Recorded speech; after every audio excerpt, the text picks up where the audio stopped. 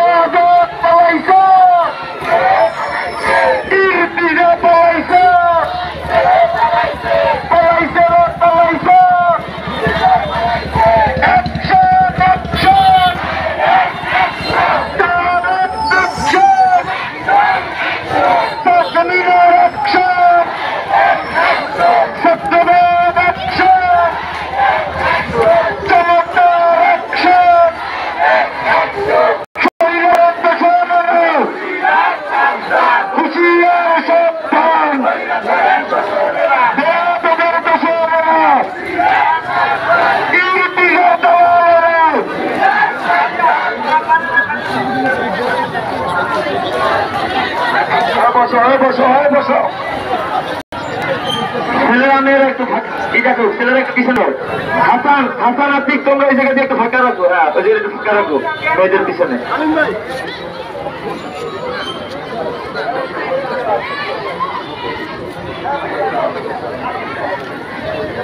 এখন আমাদের মাঝে বক্তব্য দেবেন, মূল্যবান বক্তব্য দেবেন আমাদের দশমিনা মাধ্যমিক বিদ্যালয়ের প্রাক্তন শিক্ষার্থী, দশমিনা উপজেলা পরিষদের সাবেক ভাইস চেয়ারম্যান, যিনি আমাদেরকে গতকালকে থেকে সার্বক্ষণিক সংগঠন সহযোগিতা করে যাচ্ছেন, আমাদের সবার সরে জনাব ফখরুজ্জামান বাদল। জনাব ফখরুজ্জামান বাদল।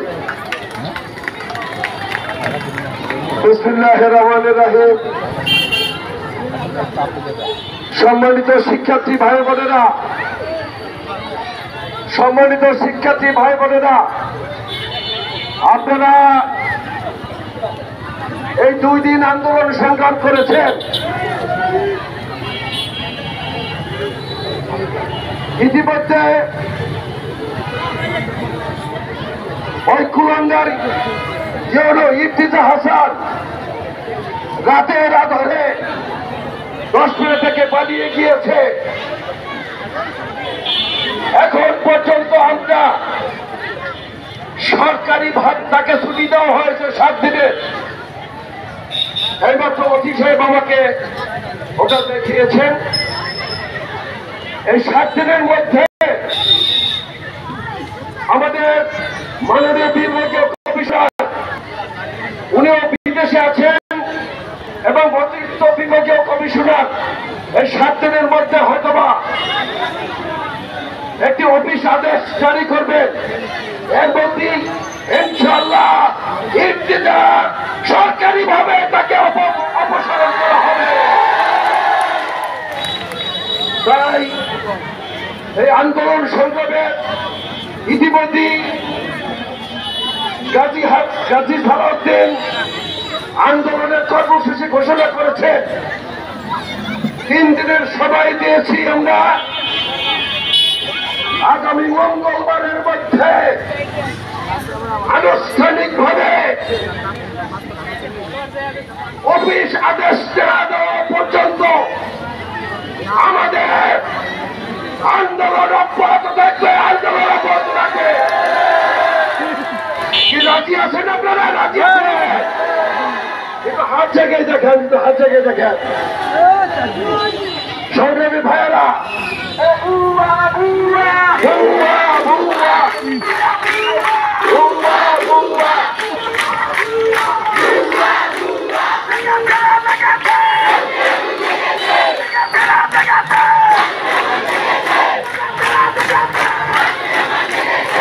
ধন্যবাদ।